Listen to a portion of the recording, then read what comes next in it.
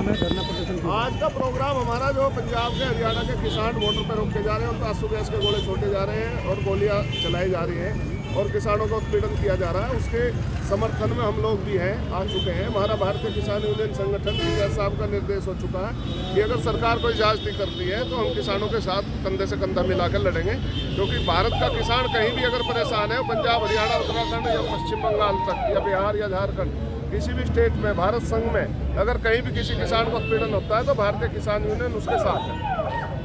जब से बीजेपी से गठबंधन हुआ रहा था, क्या आपकी जनसंख्या अगर खामी? ना ऐसा कुछ नहीं है, जनसंख्या में कोई नहीं है। 10 किसान धरने ना वो 10 अभी हमने बुलाए 100 किसान मुख्य कार्यकर्ता बुलाए हम लोगों ने, क्योंकि कल जो है ना, अब जाम तो हम करवा दे, पूरे जिले में करवा दे। कल पेपर है यूपी पुलिस के सिपाही, 2 दिन का पेपर है, बच्चे तैयारी कर रहे हैं, आ रहे जा रहे हैं, तो हमें वो भी तो ध्यान में रखना है ना। वो हमारे तो बालक आ रहे किसानों के।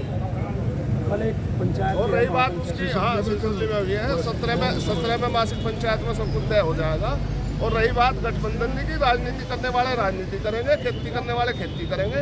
और चौधरी चरण सिंह ने कहा था, जो भारत रत्न से सम्मानित किए गए हैं, कि एक किसान जो आपके खेत की मेड़ पर रहनी चाहिए, किसान की निगाह खेत की मेड़ पर रहनी चाहिए, एक दिल्ली की सरकार की रहनी चाहिए, तो दोनों तरफ से काम चलेगा। रही बात उसकी, भारत सरकार ने डॉक्टर स्वामीनाथन और नरसिम्हा राव, चौधरी चरण सिंह जी को जो भारत रत्न दिया है, भारत रत्न तो दे दिया, लेकिन उनकी नीति अभी तो लागू करो।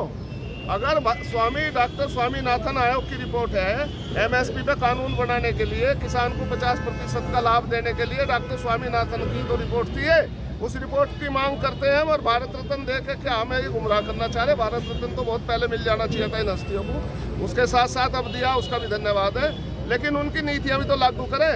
खाली भारत रत्न से हमारा पेट भरने वाला नहीं, भारत रत्न तो महान हस्तियों के लिए समर्पित है, उसका हम धन्यवाद करते हैं। लेकिन जो हमारी समस्या है, एमएसपी पे कानून है, विद्युत एक्ट है, आवारा पशुओं से निजात है, गन्ने का भुगतान है, किसानों की इतनी सारी समस्याएं हैं जिन्हें आंदोलन में जो मुकदमे लिखे गए थे, जो भी समस्या है, जो पंजाब हरियाणा के किसान दिल्ली नहीं आने दिया जा रहा, क्यों नहीं आने दिया जा रहा?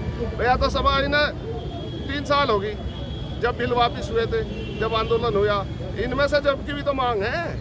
ये तो एफटीए और WTO की तो अब लागू हुई है, लेकिन जो वे मांग है उन्हें क्यों पूरी नहीं कर रही है भारत सरकार?